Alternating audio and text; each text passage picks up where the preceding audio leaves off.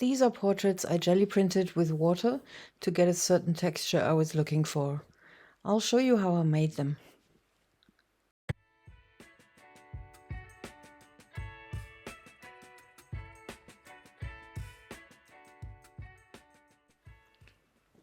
Hello jelly fans! Preparing my gel plate for what I want to do today, I decided not to simply wash off the residue of the last printing session, but to take the paint off with a pickup color, as the leftovers seemed so interesting. I'm actually using a white gesso here, and you can also take a matte medium if you don't want the white color. But I had to have white, as I wanted to print on a black sheet of paper and then have it bright enough for the portrait transfer. Here I'm using a flexible silicone ruler that works great for making marks and shifting paint around on the gel plate. You shouldn't take too much off, because then it would be show more of the black paper than of your design. So before this dries, I'm putting my black sheet of paper on, rubbing this in firmly, and let it sit for a while. You should use a rather thick paper, because after a few minutes it might be difficult to lift it off without tearing it. This paper has about 200 GSM, I believe. Yup, this is a wonderful, beautiful background. I'm probably gonna print on it in a landscape format. You probably know this gentleman. This is a laser print I made. I don't know, a lot of people say you can also use an inkjet, but I find that the laser print often works better. And I always wanted to tell you that not every laser printer is working like this, because some companies, I think Brayer, they do have an ink that does not transfer. There still was paint on the gel plate, so I'm taking that off, also with the gesso, and I smeared in it to make it interesting. I don't know if that makes sense.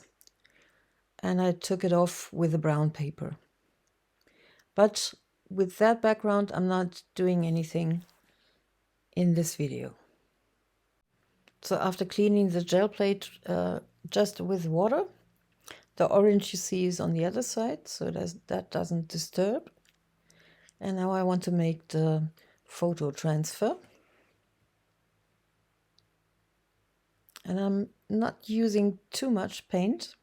By the way, this is my trusty golden open slow drying paint, and it just stays wet longer on the gel plate. And here with the water effect, I find that the water is beading too much of the paint on the gel plate, so I'm adding a little more color.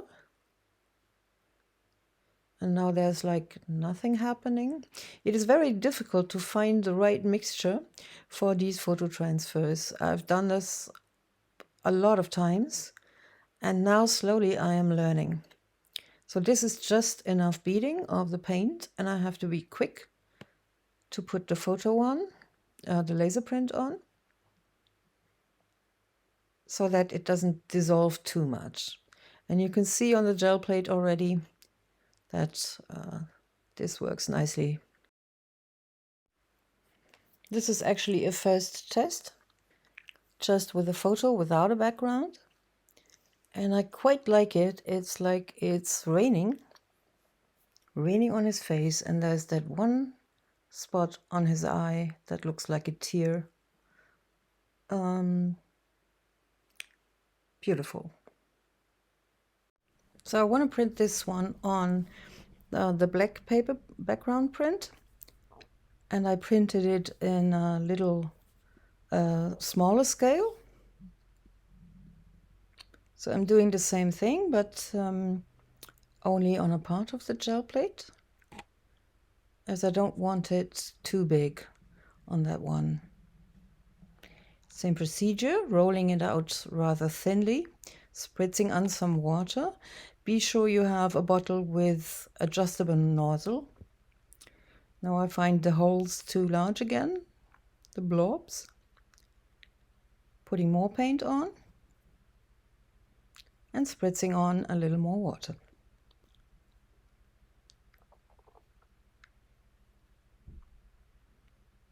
Yeah, I like that. It's gonna work.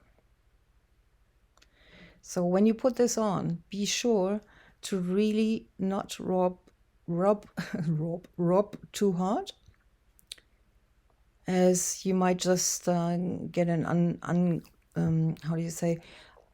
You might get from pressing too hard, you might get too little contrast for the photo transfer. And now I'm turning the plate around and placing it on my background design. It's always important to find a good place for the eye, as this is the most important in a portrait, I think. So I'm turning that around.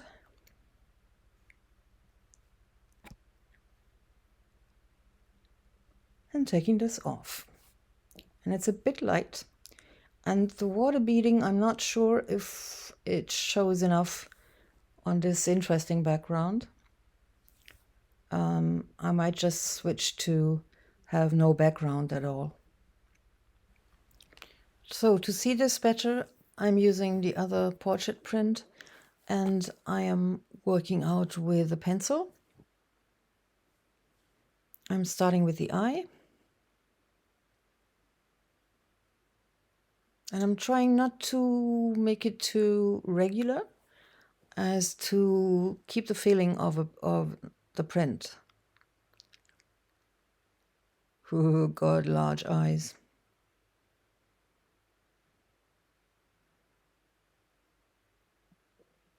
So this is the shadow on the other side of the face. This is quite difficult. And as you can see, I think with the silicone ruler, I worked it a little too much. So there are some large black areas that don't really take the print, obviously. Oh yeah, but we'll see.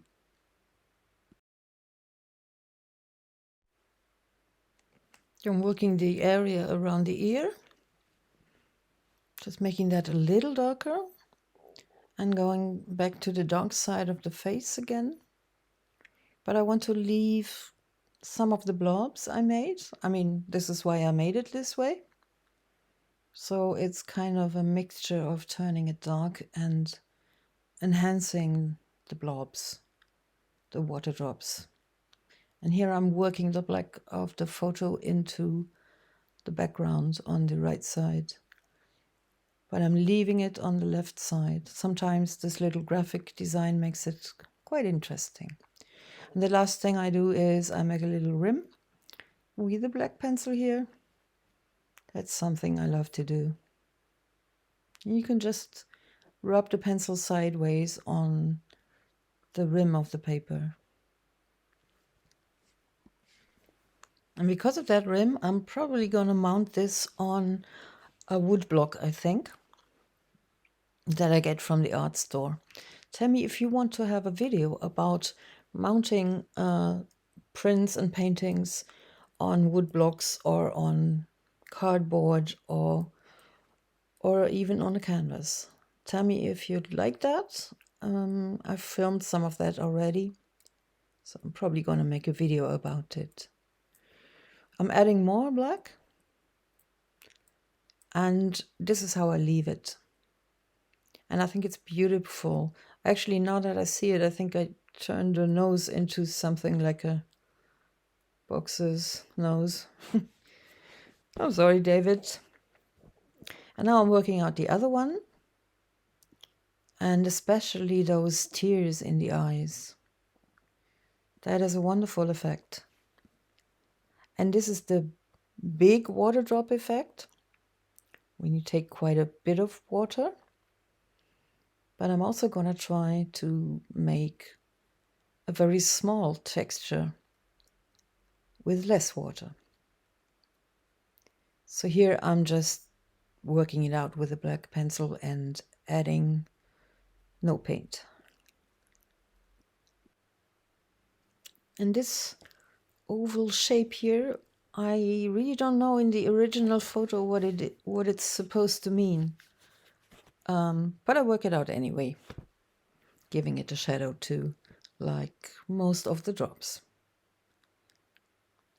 And I especially like the water drops on the mouth.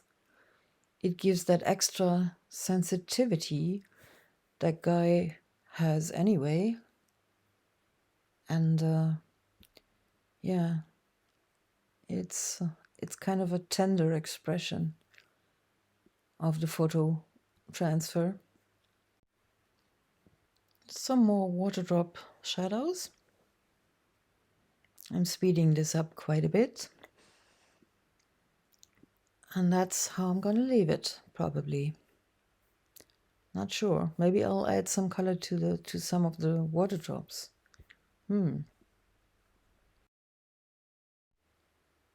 Now for another portrait transfer. And this leftover really looks great. But I'm not going to use it. It's on the other side. So I'm just taking my small jelly plate now. And you can see alone from the paint, the paint has the beading effect. Doesn't need much water. But this is actually what I was looking for. Smaller holes in the paint. Again, when you rub the laser copy on, do it very softly. Very softly. Don't press too hard. You would smudge the whole thing. Whereas when you're pulling the print, then you can rub firmly and leave it on for a few minutes. And now you can see, I think you can see it. You see that very, very, very tiny, small beading. That is the effect that I was looking for. I want to make another transfer with a small jelly plate. I am not sure, but it could be possible that the small jelly plate, for some reason, does the water effect in a more subtle way.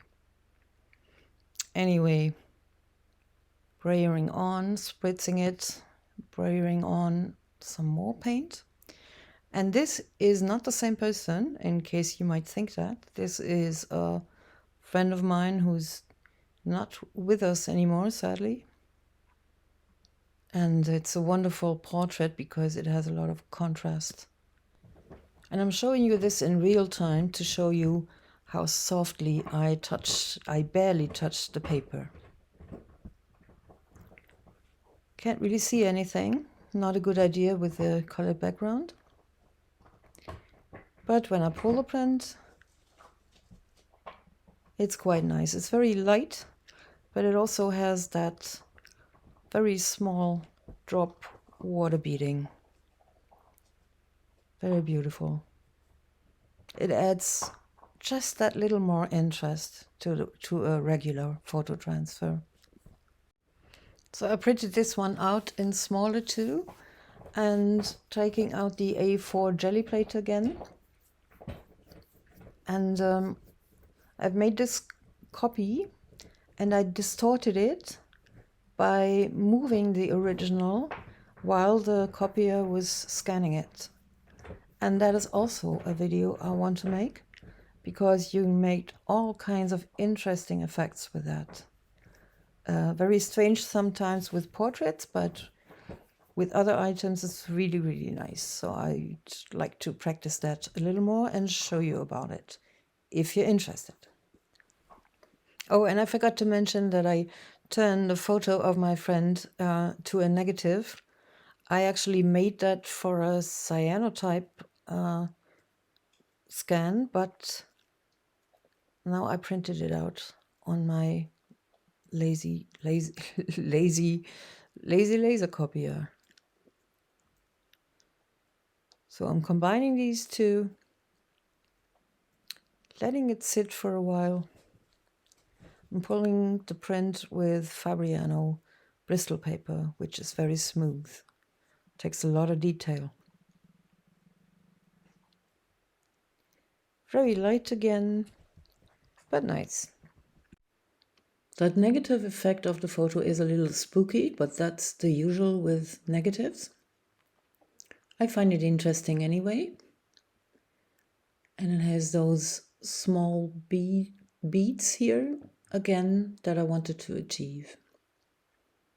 This is a photo actually I've made a lot of paintings and prints with.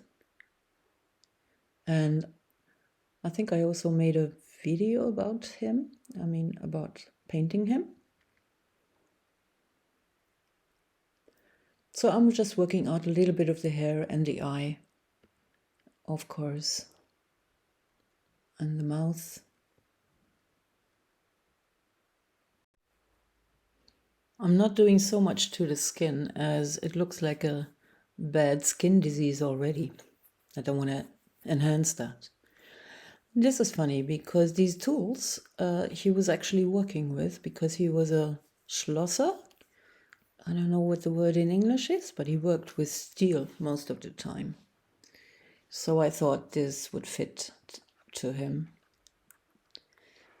And I like that German writing. It's actually an old tool catalog, like from the 20s or even earlier, I think. So I'm working out those tools a little bit too. And then I decided I was gonna make the skin darker. That skin disease. Well, why not? Doesn't look like much like him anymore. I think I turned him into a zombie, and he would like that. He had the same dark humor as I have.